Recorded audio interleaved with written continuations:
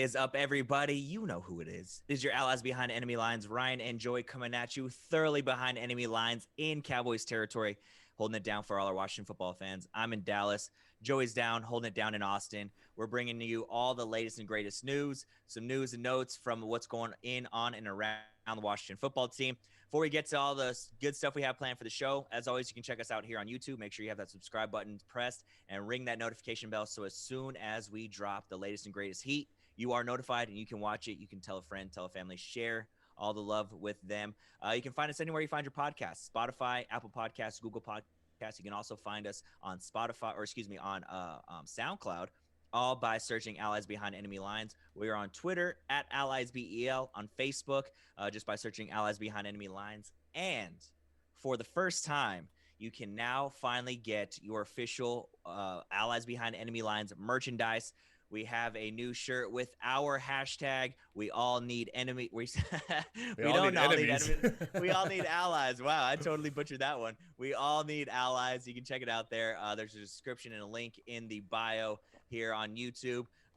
It's also posted on Twitter. So if you're listening to us on one of the podcasts, you can go on our Twitter and check it out. You can buy it, spread the love. Like I said, we all need allies. Don't matter who you are, where you're from, or what background. We all need allies. So go ahead and join the movement and purchase a t-shirts. You know, we'll be rocking them. But that is our first drop for some merchandise. Hopefully some more good stuff coming down the road from that.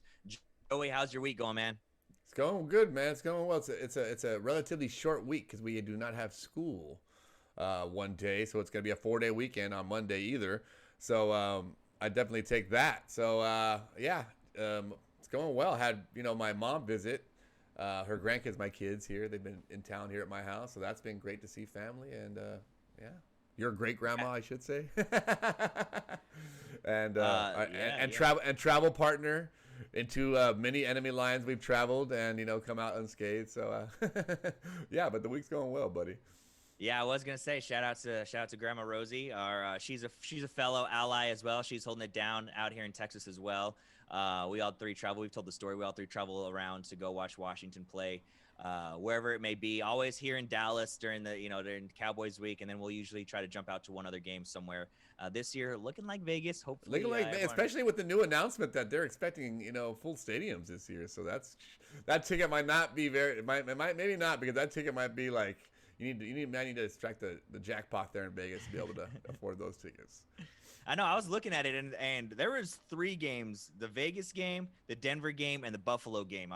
Those are the 3 that I'd like to go to if we had to choose. But Vegas is by far number 1 on the list, with the other ones following. Denver, my first ever game in Denver. Yeah. My first ever game. Yep. Right on. So. As we jump into some news and notes, first off, as we record this right now, it is about 1 o'clock, about 1:15 on Thursday, even though you're watching this on Friday. So want to wish happy birthday to the greatest of all time, Sean Taylor. He would have been 38 today. No doubt he still would have been rocking the burgundy and gold, holding down this defense and still lighting dudes up the way he was before he untimely passed away. So big happy birthday and shout out to him. Like I said, the greatest to ever do it, the greatest that will ever do it, and the greatest to ever put on the burgundy and gold. Happy birthday to a Sean Taylor. As we get into it, a couple news and notes. Ron Rivera had a press conference earlier. Obviously, kind of the weekly thing. The biggest thing that stood out was the talk of the quarterback position. Ryan Fitzpatrick coming in. He said he will be the starter, but he's going to have some competition. Obviously, Taylor Heineke coming back on the 2-year deal, and Kyle Allen, we'll see how healthy he is. Steven Montez is still technically on the roster, but he'll probably be pushed off to the practice squad as he did last year. But does that surprise you that he's saying, hey, yeah, Fitzpatrick, it's his job or his job to lose, and but they fully expect a full quarterback competition coming into training camp? Not really, and just strictly based upon the comments he made, as looking back and reflecting upon this last year, and more specifically how he handled the Dwayne Haskins situation last year, how he came out and just kind of made him the quarterback and did not have the competition. I think merely based upon that, he learned from that mistake of saying, I'm not going to do that again. I'm going to make sure we always have a competition, unless you have someone like a Russell Wilson or Tom Brady, someone you're paying $40 million a year in your team. I think there should be a competition. But yeah, you listed off some names there, and just something that I've been meaning to bring up in the past couple podcasts. But it's come out that Steven Montez, who's a great athlete at 6'5", and and a big guy, that he might be get some Taysom Hill type play on the team this year. So that might be interesting just to add another. If you think about it, then you could have as we've talked about before, you could have because we've talked about backup tight ends. Tyrone Swoops, who's a former quarterback as well. You could have Tyrone Swoops, Curtis Samuel, Logan Thomas, and now the quarterback, either Heineke, Allen, or Fitzpatrick, and then you can throw Montez in the mix. You have like 6 guys that can throw the ball in the field. You can have like a freaking rugby game going on over there. I don't know what it is, but just another way, just another, I should say, step in the evolution of football and an offensive attack, as everyone's seen the success that Taysom Hill's had. I mean, people, thinking it's, it's great. I was like, Cordell Stewart was doing this when you guys were all in diapers. I remember seeing this a long time ago. So it's not nothing new. Just just another thing as you see these great athletes getting on the field. But yeah, I mean, I think it's good to think that way, that we do have somebody who's going to be the, I think that Ryan Fitzpatrick will probably end up getting the nod unless somebody just comes out, and lights it up in training camp, So I expect, Heineke to be fully ready and fully prepared and have the benefit of an off season. But I always like a good competition. I don't think Fitzpatrick shies away from that one bit either. So good to hear. He definitely does. Iron sharpens iron, and I think he believes in that. I think it'll be interesting to see how the team reacts, because obviously we saw at the end of last year how everyone gravitated towards Taylor Heineke. One of the leaders, Chase Young, like that was his dog, that was his boy. He was like, he even said, "I see you four, I see," things like that. He patented the ever famous Heineke. So it'll be interesting to see how the team kind of who they gravitate to, who they want to be their quarterback.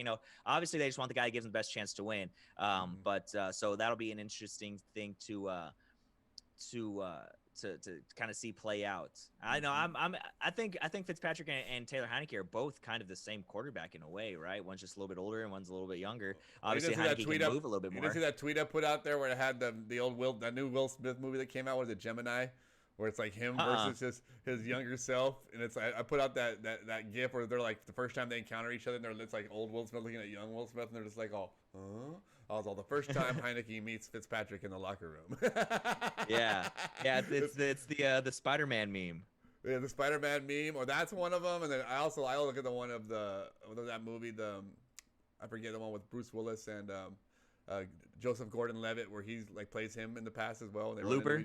Yeah, Looper. There we go. Same type of thing there. That same type of people. I was actually trying to explain to Grandma Rosie, as you call her, but my mom here the other day, because she was asking, who is Fitzpatrick and who has he played for? I was all, better to ask who he hasn't played for, because he's played for everybody. And it's a funny thing they say. Another quote that they had said about Fitzpatrick is, every game's a revenge game for me because I played for everybody. But I was trying to explain to her, and I was like, basically, I really like that Heineke. I just like the way he moved on the decisions he made. I was like, well, basically, you're getting the same type of quarterback in Fitzpatrick. Someone's going to get out there. Move, I'm not afraid to get out of that pocket and make things happen and take shots. And he's a gunslinger. Mm-hmm. So that's basically what we loved in Heineke, and we're going to love the same things in Ryan Fitzpatrick. Absolutely. Yeah, we're excited to get things rolling for sure. So yeah, we'll continue to keep an eye on that quarterback battle. One other thing, as we move into speculation season, we've been talking plenty about the mock draft. On Monday, Washington football team social media continued their series on Mock Draft Monday. This week they had Bucky Brooks from NFL.com, and he projected that we get our hands on Devontae Smith. Now look, if Devontae Smith is sitting there, it's going to be real hard for me not to say, yes, go get him. But then we're going to be able to have 6 quarterbacks on the field and 27 wide receivers at the same time. So I don't know how we're going to be able to do that or make that work. As electric as Devontae Smith is, and as, much of a game changer he is, I would love to have my hands on a guy like that. I mean, a three wide receiver set of McLaurin, Devontae Smith, and Curtis Samuel would be unreal. An offense like we had never seen before, for sure. Washington football team, and an offense probably like the NFL that very few and far between that the NFL has ever seen of a 3-man unit like that. I can say name you the last time I've seen something like that be the Greatest Show on Turf, when you had Bruce Tort and what was his name, Ricky Prohl that year, it was insane, and that's Yeah. they could, and a gunslinger like Kurt Warner, like, it would be the same type of thing, and running back like Marshall Fox / Antonio Gibson, Who so can who run it knows? and catch it? Yep, Exactly, absolutely. No, so agreed. there we go. That's what it would be like. It would, and buddy, like I'm telling you, like, sorry Antonio Gandy Golden, sorry Kelvin Harmon.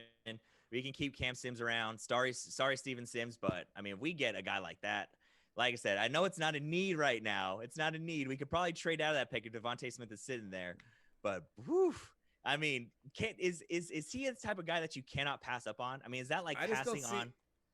I just exactly, and I think there's too many teams that I've been doing the mock drafts myself with every team now, where I just select what I think the team's gonna take and kind of seeing what would fall, based on need, and just a little bit of chatter.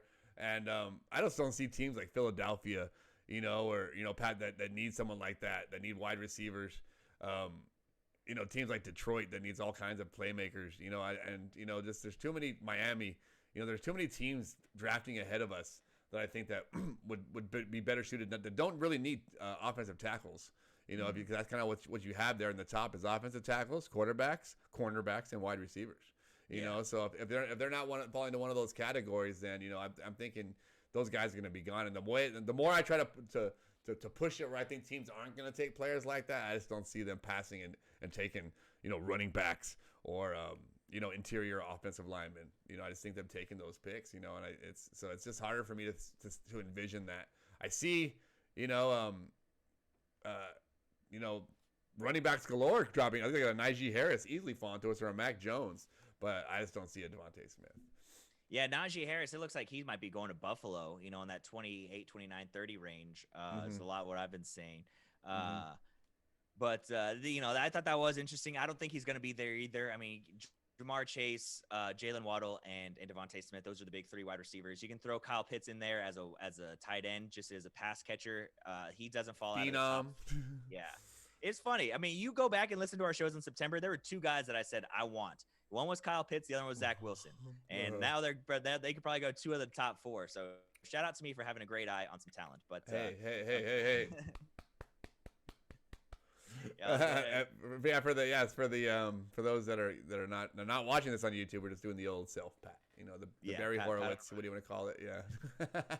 but yeah, no. I mean, if by whatever reason Devontae Smith is sitting there, it would be really hard not to pass on him. You don't pass up. You don't pass up on him. I mean, like I said, you get obviously you do something. I'm not saying you take him. You trade your pick or you do something. You draft and trade or some kind of because you just don't pass up. Somebody's gonna want him. You know what I mean? Someone's ready to trade their house for that guy. Later on. So I just don't see you pass on him either. You act on him in some way. Yeah, absolutely. But that was all I had. Oh no, we one last thing. Daniel Snyder officially becomes 100% full owner of the Washington football team. I misspoke on Monday saying I thought he was only the 90% owner, but this does make him the full 100%. So a little fact check on that. The NFL owners voted and approved it.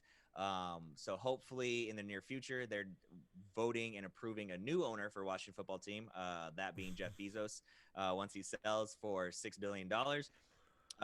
So, that's something to be on the lookout for, but again, not a big effect for anything on the field, but just something that was worth noting and mentioning during this kind of slow time.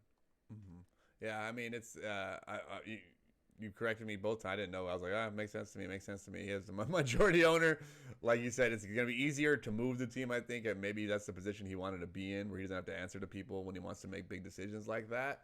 So that's probably the only thing I think it probably affects in our way. I'm getting attacked by a fly here. So one thing I forgot to mention, one of my buddies who's a Bucks fan texted me, saying, hey, I was stoked for Fitzpatrick to sign. I was, happy that Adam Humphrey signed. All this. He goes, they were making some really great moves, Curtis Samuel. He said, but then I see Daniel Snyder is become the owner, the full majority owner, and then I just had to laugh, blah, blah. So we were talking. And I said, he's just doing it so he sells it to Jeff Bezos for $5 billion, and we become the Washington Prime, and it's going to be set. And he said, what about the Washington Amazonians? And I said, hey, now we have something there. Maybe we could go back to the old logo and be with the Washington Amazonians, just maybe add a little face paint on the Amazonian, and boom, we're right back. We're cooking with gas. We're good to go. Like nothing ever changed. Oh yeah, we'd be back right where we are in a different way, and then we'd find some lineage to some Amazonians who would be very offended that we were portraying them in some primitive fashion. So I'd halt the I brakes guess on so. naming us after any type of people or thing ever again.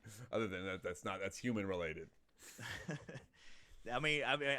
My guess, I guess it would have to be lineage because if you're an Amazonian, chances are, if you watching American football, I would think are pretty small. But you're probably right where it's like my great grandfather's cousin's uncle's brother's alligator's owner had this boa constrictor who knew this guy, and they're Uh, offended. So remember that old show 6 Degrees of Kevin Bacon? I'm sure there's one of 6 Degrees of Amazon people too, or something.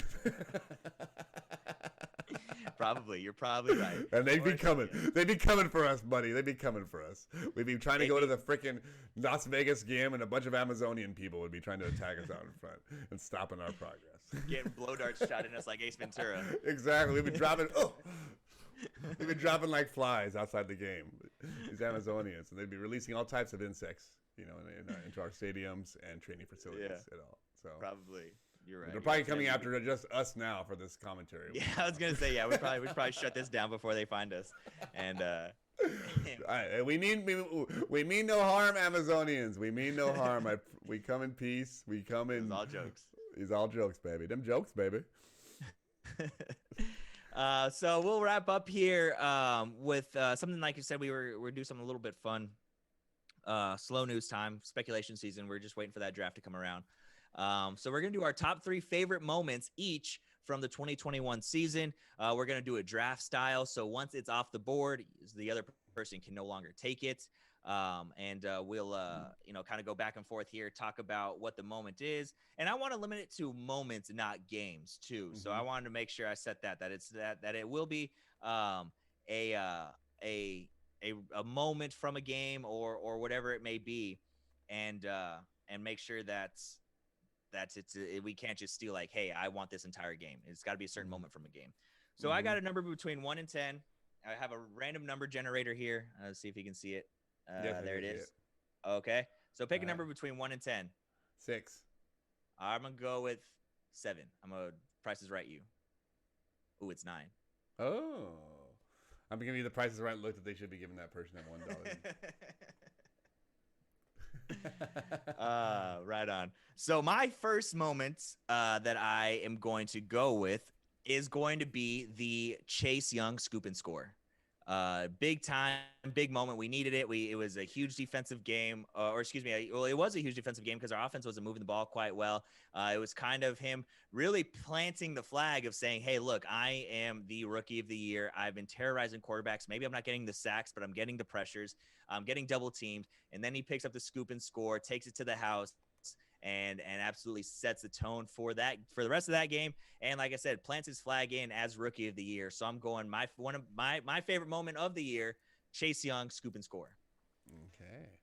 All right. So my favorite moment of the year, and I'm gonna sound corny and sentimental here, but it had to be the Alex Smith walking onto the field. Yeah. I mean, I just can't. I mean, just you know what I mean. As a human being, I guess that's the best way to put it. As a human being with empathy and emotions, and and someone who's overcome struggle and knows what it feels like to think that something's not going to ever be a possibility, and then it somehow becomes a possibility. That's just a beautiful story. I don't know if there's another story we'll see like that as far as what he went through, the reason he came back, and then just the quickness of the situation. I mean, I get chills just watching, him ride that, Aaron Donald ride him on that, on that. It wasn't the first, the play, Yeah. but it's just him, that smile he had on his face, just thinking about that moment. It's just, it rises above the game and it rises above, the team. So I think that I couldn't go, if you didn't take it, obviously I had to take it as the best moment of the year. No, I agree, and that obviously had to be one of the one top. was exciting, one was like feel good, so you got the exciting one, sure. Okay, or what you think. I think mine was a little bit more exciting than you, so we'll see. Keep going. So my next one, not really exciting, but again, kind of set the tone for the remaining games of the season that we were going to have. And it's going to be, it's kind of, it's we know I kind of suck at these things. I kind of suck at these lists. But I'm still riding with it anyway. Um, but I'm going with when Alex Smith threw the touchdown pass to Logan Thomas to go ahead against Pittsburgh in that week. What was it? Week 11 game? 13, it was week 13. Week 13, yeah, because the Steelers were 11-0. He throws a touchdown to Logan Thomas. It's just a quick little 15-yard touchdown. Nothing crazy, nothing big, but it kind of set the tone of like, hey, not only is Alex Smith back, but he's going to lead this team. And this team can go as far as they really want to. You know, we're not the sorry old Washington team from the past. He threw it. Yeah, see, it was 9-14 in the fourth quarter. It was tied 17-17. We go ahead and win the game from there and end the perfect record and pretty much break the Pittsburgh Steelers, right? I mean, after that, they just were not the same team after we beat them. And so that's kind of why I like it, because it set the tone for us. I mean, the next week we'll go out and absolutely demolish the Cowboys. The Steelers go on this long skid after that, and their whole season kind of falls apart. And again, it was Alex Smith. You know, he had already been back for a little bit, but he kind of led the charge and led that game for us to win it all and to win that game and end the perfect season for Washington. Yeah, that was I remember that. You know, I remember that whole Monday night game, and yeah, that was a great. That was like, it was like one of those times like when you think we almost get there and we're not going to get there. But he was like, man, we went ahead. You know, we're ahead right now with the, you know, and that was just, just to know, again, going off of where Alex Smith and where our team was at that point, that was super excited. It's a good shot there.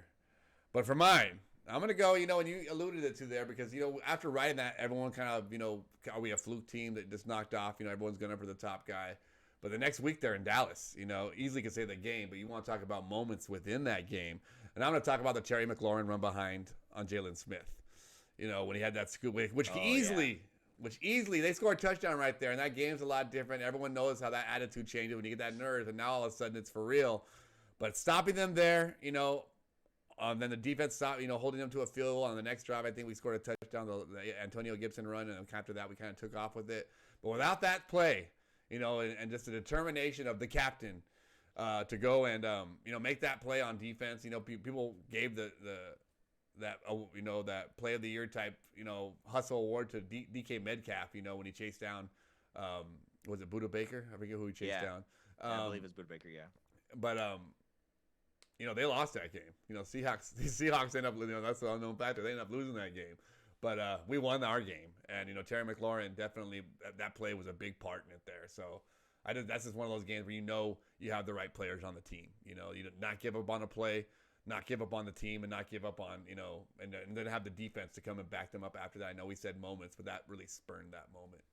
No, it did. Yeah, that you're absolutely right. See, that's the thing of these last two moments for us, that the one that I picked, the one you pick, it kind of changes narratives for not only games, but then seasons and games moving forward. You know, not just the game that it happened in, but moving forward. So I absolutely agree. Like it can be as minuscule or ancillary as just simply you know, a wide receiver hustling to tackle a guy and keep him from scoring on an interception. You know, a little 15-yard touchdown to go ahead in a week 13 game. So, you know, it doesn't have to be like these big, oh my gosh moments. But my next moment is a big, oh my gosh moment. It came in a loss, but it spawned the legend of Taylor Heineke, and that's the diving touchdown for the pylon. Everyone mobs him. We know, we've seen it. You know, we've seen the still frame where he's completely lateral diving for that pylon. We've seen the image where Chase Young is pointing to his nameplate saying Heineke, like, you better learn this guy's name. I mean, that was as good of a moment as we had all season. I know it happened in the postseason. I know we ended up losing that game and to the eventual Super Bowl champions. And I know they didn't have Devin White on that team, but that's kind of, I mean, that was a moment where it was like, holy shit, like, we may win this game, but if we don't, like, we may have a dude here, because we saw what he did in Carolina to end the game, where he was trying to bring us back, almost did, and then we see this guy almost lead us to a victory in the playoffs against Tom Brady and company. And I mean, the legend of Taylor Heineke lives. We got it on a T-shirt, so you know, we'll see what kind of more moments he can capture in 2021. But I think that's one that definitely has to stick out for me as one of my favorite moments of the 2020 season. I mean, obviously, that's, as you said, obvious. That's, I mean, anyone knowing that we're going to do this, it has to. You said it's on a T-shirt. It's a catchphrase. You know, I get chills thinking about it. Like you said, it's to get excited with a Washington fan, as a Washington team fan, Washington football team fan, and it's few and far between these last couple of years that we have those types of moments. That will stick out for a long time. Just how excited and again, I think it brought us to tie Tom Brady, right? We tied him at that score. And so, give us hope in a playoff game against Tom Brady. It was just a very exciting moment.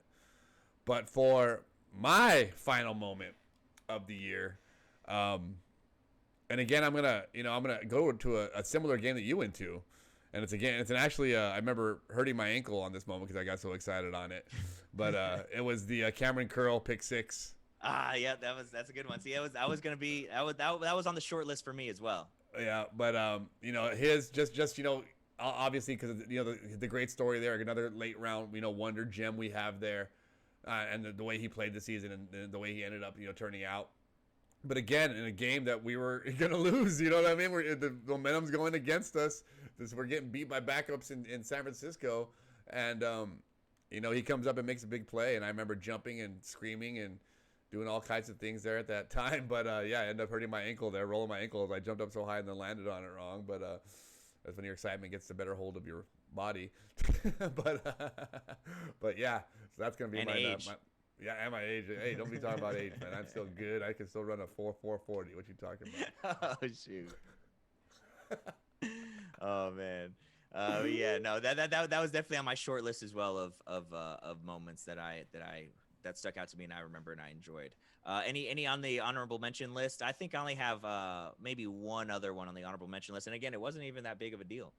Oh yeah. Oh, go for it. Go for it. So it was week 1 against the Eagles, and it's the Eagles. They were struggling to move the ball, and it was when Zach Ertz kind of leaked out for a tight end screen, and Ryan Kerrigan's on the rush, and he reads it perfectly and drops back into coverage to cover the screen, and we end up getting a sack on Carson Wentz because he had to hold the ball a little bit longer. Mm-hmm. His first read wasn't there, and that just kind of set the tone, obviously, for that game for 8 sacks.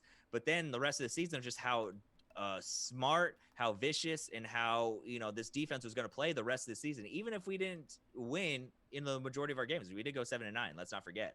But just we finished with a top 5 defense, top 3 defense, and that just that was one of those things where it was like the age and the expertise and the veteran leadership of Ryan Kerrigan meets the youth and the aggression and the speed and the quickness of Chase Young or whoever it was. I don't believe it was Chase Young. It might have been Montez Sweat that got the sack. So it was just kind of like the perfect worlds colliding all on one play. And I was just like, man, if obviously getting 8 sacks in that first game, we're like, hey, this, the sky's the limit for this defense. And we still saw some really great things. It was more so the offense that let us down. But that was just one of those things. Again, not a huge moment, not something that you're going to remember or it's going to stick out to you. But just one of those things that I remember from the game. It was like, holy shit, that was just played perfectly from everybody all around. Yeah, I definitely remember the play you're talking about, and for every reason you stated there, that was a statement deep game for our defense and statement moments of the just the extra things that made our defense special throughout the year. So yeah, definitely a good honorable mention there. For me, I'm gonna go for another moment, that kind of changed the narrative of our team. Again, alone by itself, it looked like not a huge play, but it was in the same Dallas Cowboy game that we're talking about. And it was the Antonio Gibson run where he turned around on a 3rd and 1 and waved. I think that kind of when we started getting our swagger and saying, that, you know what, we are a good team, and we're gonna start making some noise. And that's when I felt a little bit swagger in our team as well, right there. So, and not only that was his coming out. What do you have? 3 touchdowns that game? That was his coming out game as well. Had to show him the grill one time. I had to show him the grill one time. So yeah, that's definitely my honorable mention. Right on, awesome. Yeah. I think that was a good list from you, and I've got to say my list was pretty good too. Good job. Yep. That's just gonna be the pat episode. Then pat ourselves on the back episode. But there we go. That's all we got for today. Quick little episode, quick little news and notes, quick hitters, and then obviously some nostalgia looking back on the season as we wait a little bit longer. We're about 4 weeks out from the draft, and then we can start talking and projecting training camps and stuff. And then it really gets fun. We start seeing the second wave of free agency and everybody signing and filling holes that they weren't able to in the draft. But if that's all I got, Joey, you got anything else? No, that's all I got, man. Let's see what he has. I guess we have seen some Trey Boston interest, peaking a little bit too. So I guess we keep our eyes on that over the weekend as they kind of As you know, just another quick thing too. I guess the numbers came out of the Curtis Samuel deal. Did you see that? When he No. goes between him, the three signings we got of Curtis Samuel, Ryan Fitzpatrick, and William Jackson, they're only all combined hitting the cap 19 million this year. All three of them. That's a steal. That's what a steal. I think it was like 2 million this year for Curtis Samuel with voidable years in the future. So it was such a team friendly, someone who believes in himself type deal. So I mean, like I said, we have room. We still definitely have room to sign some people here. So wouldn't be surprised if someone like a Trey Boston pops in, or Ryan Kerrigan makes his way back home. We haven't heard anything on him yet, so we'll see what happens. Absolutely. Yep. Fun stuff is still around the corner. Mm-hmm. But that'll do it for us here. Go ahead and check us out here on YouTube. You should be checking us out here already. If you're not, have that subscription button hit, and go ahead and ring that notification bell. Find us anywhere you find your podcast: Spotify, Apple Podcasts, Google Podcasts, and SoundCloud, all by searching Allies Behind Enemy Lines. Find us out on Twitter at AlliesBEL, on Facebook, and make sure you check out the link below to buy our very first drop of an Allies Behind Enemy Lines podcast t-shirt merch. We all need allies. # we all need allies, and all that good stuff. Tell a friend, tell some family, share it with an ally maybe. Again, if you're not checking us out here on YouTube, you can find that link for that t-shirt on Twitter. We'll get that shipped directly to you, and you can support the movement of # we all need allies. But for Joey, I'm Ryan. Thanks for listening as always. Thanks for watching. You guys have a great weekend. We will see you on Monday.